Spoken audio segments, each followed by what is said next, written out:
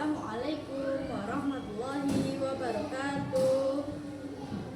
Selamat pagi teman-teman. Hari ini saya akan membuat video guna memenuhi tugas mata kuliah Filsafat Ilmu. Hari ini saya akan mempresentasikan tentang peran filsafat ilmu dalam ilmu pendidikan.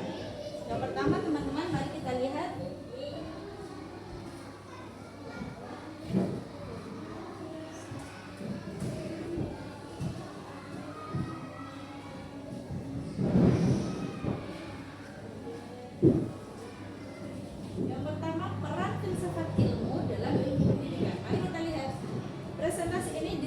oleh saya sendiri, Nusaibah Al-Afifah, dengan NIM 877864066 pada mata kuliah Filsafat Ilmu. Yang pertama yang akan kita bahas, pendahuluan dulu. Filsafat ilmu berperan penting dalam memperkuat dasar, arah, dan nilai dalam ilmu pendidikan.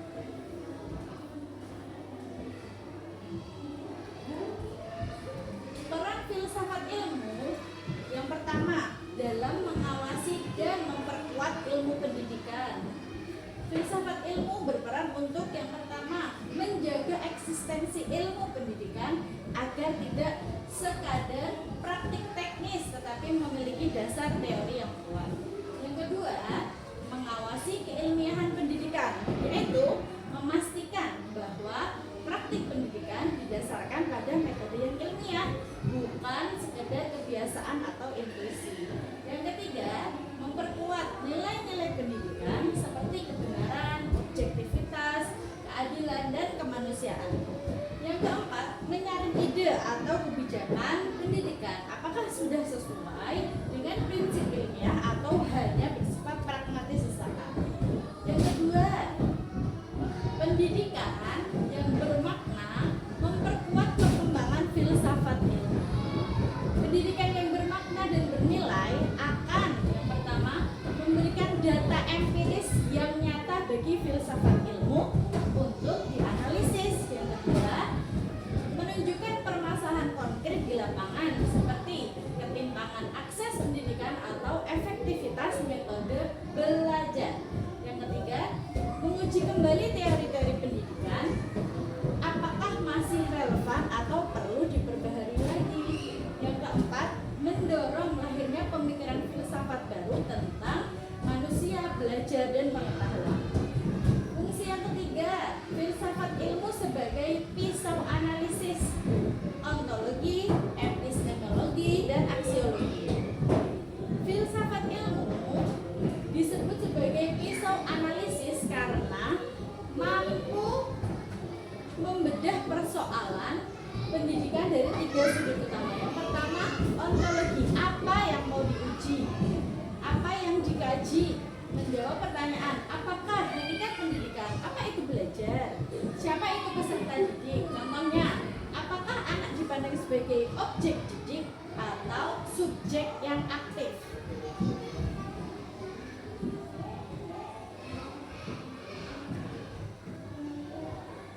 Kemudian, filsafat ilmu sebagai pisau analisis epistemologi, yaitu bagaimana pengetahuan itu diperoleh, menjawab bagaimana cara mengetahui bahwa suatu metode belajar itu benar.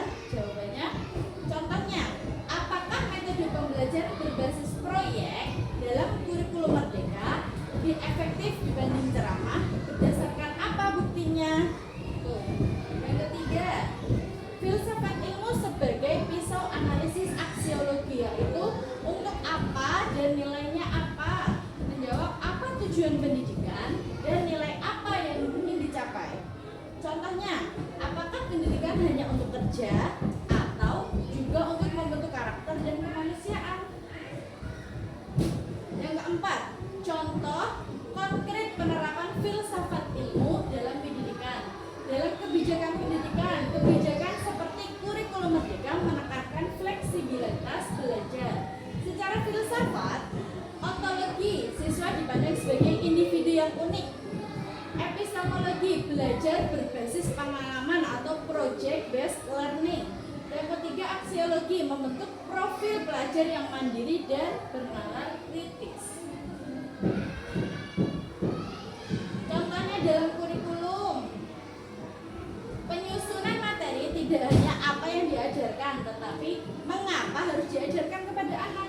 Contohnya, pembelajaran sains tidak hanya hafalan saja, tetapi eksperimen untuk membangun cara berpikir ilmiah. Terus, dalam proses pembelajaran, guru tidak hanya menyampaikan materi, tetapi mengajak siswa bertanya epistemologi, menghargai perbedaan pendapat aksiologi, serta mengembangkan potensi individu, yaitu ontologi. Contoh nyata dalam pendidikan, dalam pembelajaran PAUD, anak belajar melalui bermain. Contoh ontologi, anak adalah pembelajar aktif. Contoh epistemologi, pengetahuan diperoleh melalui pengalaman langsung. Aksiologi, membangun nilai sosial, kerjasama, serta kreativitas. Kesimpulan yang bisa saya ambil atau teman-teman bisa ambil dari presentasi saya yaitu filsafat ilmu berperan sebagai dasar, pengarah, dan penguji dalam pendidikan. Ia memastikan pendidikan tidak hanya berjalan secara teknis, tetapi juga bermakna, bernilai, ilmiah. Sebaliknya, praktik pendidikan memberikan bahan nyata untuk memperkaya dan mengembangkan filsafat ilmu itu sendiri.